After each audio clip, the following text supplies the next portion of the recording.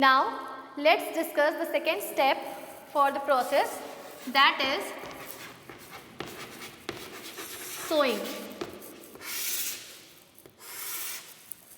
Okay, so sowing, as we have discussed earlier, that sowing is the process where the farmers put the seeds into the soil.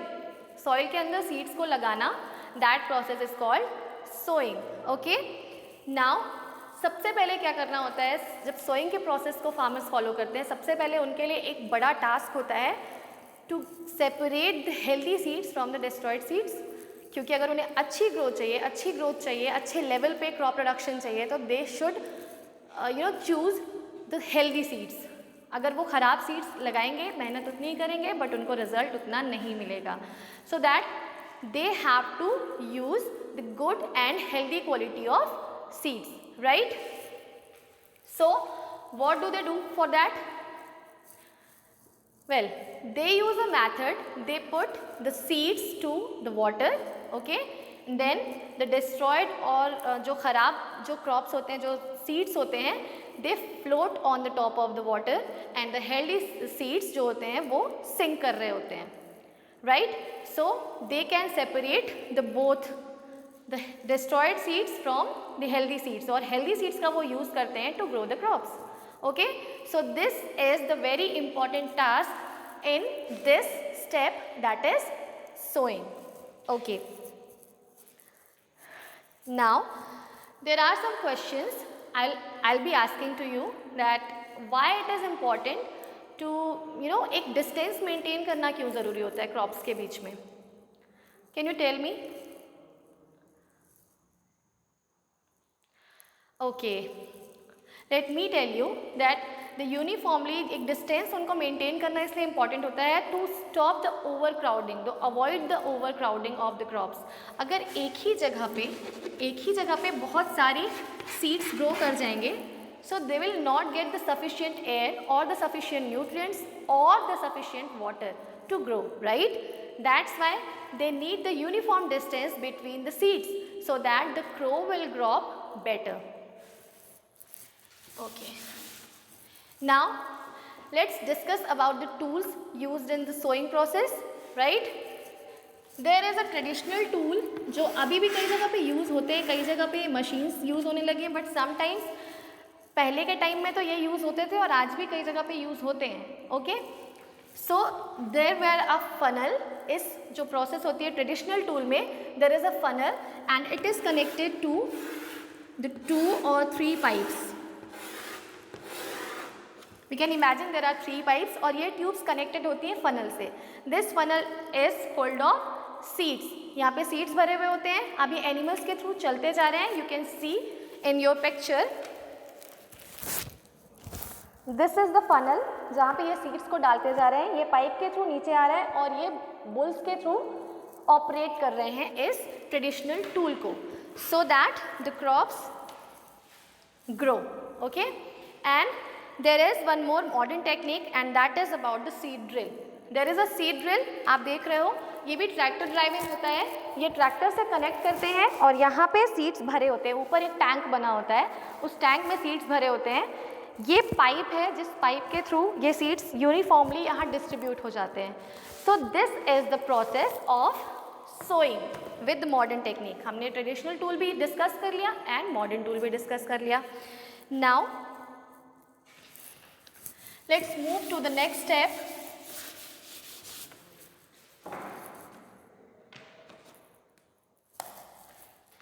That is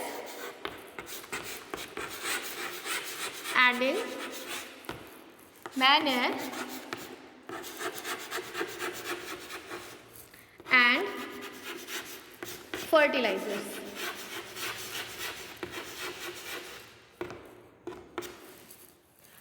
So this is the third step for growing the crops, that is adding manure and fertilizers. So why there is a need to add these things? Simply, we have discussed earlier that manure and fertilizers are used for better growth of the crops. Why? Because after some time the soil needs the more nutrients. Okay, अब यहाँ पे manure क्या चीज़ होती है? Well, manure is a man made substance that is made with natural substance like animal and plants waste. तो जो manure होता है, जो हम बोलते हैं ना ऑर्गेनिक सब्सटेंस होता है, वो नेचुरल चीज़ों को यूज़ करके बनता है। So it is very helpful. क्या होता है इसमें, चलिए हम इसके बारे में थोड़ा सा डिस्कशन कर लेते हैं। लाइक जब एनिमल और प्लांट्स के वेस्ट पड़े होते हैं, सो दे फार्मर्स लेव them in an open area, वहाँ पे पड़े हुए होते हैं, दे गेट डीकम्पोज्ड। और इस डीकम्पोजिशन के लिए जो माइक्रो ऑर्गेनिजम्स होते हैं वो इनको डीकम्पोज करते हैं, एंड दिस डीकम्पोजिशन मेक्स दो substance the manure, the organic substance, और ये हमारी सॉइल की फर्टिलिटी बढ़ाने के लिए हेल्प करते हैं। Then what are fertilizers? Fertilizers are man-made. Okay? ये man-made होते हैं. I'm very sorry that manure are the natural substances and the fertilizers are the man-made substances. Factories में बनते हैं. They are rich in particular nutrient. जैसे अगर हमने nitrogen, हमें लग रहा है कि सॉइल में हमने टेस्ट करवाया, फार्मर्स क्या करते हैं, सबसे पहले सॉइल की टेस्टिंग करा लेते हैं। सॉइल में टेस्ट किया, ये न्यूट्रिएंट कम है, ये न्यूट्रिएंट कम है, वेल अगर नाइट्रोजन कम है तो बहुत एक पॉपुलर नाम है, आपने सुना होगा कई बार, दैट इज़ यूरिया। तो urea is rich in nitrogen और वो प्लांट्स के लिए बहुत अच्छा होता है to grow large quantity of plants. Okay, so ये यूरिया जो होता है वो नाइट्रोजन में बहुत ज़्यादा रिच होता है, और ये एक तरह का फर्टिलाइजर है that get produced in factories, and these are the man made fertilisers. Okay, अब ये फर्टिलाइजर्स क्या करते हैं, बड़े क्वांटिटी में क्रॉप्स को ग्रो करने में हेल्प करते हैं, and they are, as we have discuss that they are rich in particular nutrient. Okay, now let's discuss about the difference between the manure and fertilizers. Okay, let's have a look on the table that is given, manure and fertilizers. Okay, this is the table number 1.1 in your page number 7. Okay, so as we have discussed that manure are the natural substances, right? चलिए लिख लेते हैं, natural substances, these are man-made substances, these are man-made substances which are produced in factories. Okay, अब ये क्या होते हैं, natural substance होते हैं, और ये जो उनके अंदर है वही वो यूज़ करते हैं। बट फर्टिलाइजर्स क्या होते हैं, वो किसी एक पर्टिकुलर न्यूट्रिएंट से रिच होते हैं। सो सॉइल में जिस चीज़ की कमी होती है उसी चीज़ को वो एनरिच करते हैं, उस चीज़ से सॉइल को हम एनरिच करते हैं। But you have to remember one thing, अगर फर्टिलाइजर्स का बहुत ज़्यादा यूज़ किया, so the soil will get less fertile. Yes, the excessive use of fertilisers, हमने सुना है ना कि किसी भी चीज़ की अति अच्छी नहीं होती, बिल्कुल वही चीज़ यहाँ पे भी अप्लाई होती है। बिकॉज फर्टिलाइजर्स कोई नेचुरल सब्सटेंस तो है नहीं, कोई ऑर्गेनिक सब्सटेंस तो है नहीं, ये इनऑर्गेनिक चीज़ है जो कि फैक्ट्रीज में प्रोड्यूस की जा रही है क्रॉप के प्रोडक्शन को बढ़ाने के लिए। तो लिमिटेड क्वांटिटी में अगर हम कर रहे हैं, लिमिटेड क्वांटिटी में, so that is fine. But if we are using it in excess level, so it will destroy our soil fertility. Okay, so we should be aware about the use of the fertilizers. Now let's discuss about the advantages. At first let me tell you about one more idea, that is crop rotation. Crop rotation में जो nutrient rich करने के लिए, nutrient से भरने के लिए ये मैन्योर एंड फर्टिलाइजर्स उसी लिए यूज़ होते हैं, फार्मर्स इसीलिए यूज़ करते हैं। And there is one more idea, then there is one more method, that is crop rotation, crop को रोटेट करना। लाइक नॉर्दर्न इंडिया में पहले के टाइम में सुना होगा आप लोगों ने कि फॉडर, एज अ फॉडर वो यूज़ करते थे, नॉर्थ इंडिया में यूज़ करते थे फॉडर के तरह से। एक लेग्यूम टाइप की एक चीज़ होती है, आपने सुनी होगी या शायद नहीं भी सुनी हो, so you can will discuss after some time. So legumes जो होते हैं उनको वो ग्रो करते थे, एंड देन थोड़े टाइम के बाद नेक्स्ट सीजन में वो क्या करते थे, वीट प्रोड्यूस करते थे। तो जो नाइट्रोजन की जो साइकिल था वो वहाँ पे मेंटेन होता था। सो This is the process of crop rotation.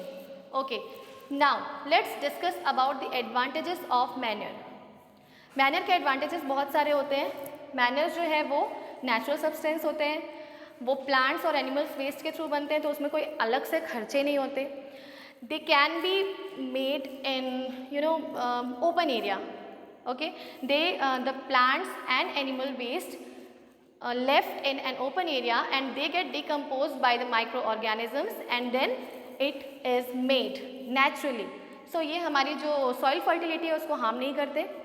Okay, in the same way it improves the texture of soil. जो soil का texture होता है उसको भी ये improve करते हैं because वो soil को porous बना देते हैं. उसके अंदर काफ़ी सारे pores होते हैं. So the when we irrigate the crops वो soil के अंदर आसानी से absorb हो जाता है and then the roots of the plants get the sufficient water. Okay, air की भी वहाँ पे availability हो जाती है because अगर porous है soil, उसका texture porous हो जाता है तो वहाँ पे availability हो जाती है. Okay, so this was about the manure and fertilizers. This was the third step. Now that's all for today's class. Till then, bye bye, take care, stay tuned for more videos. Like, share and subscribe our channel. Okay, bye bye.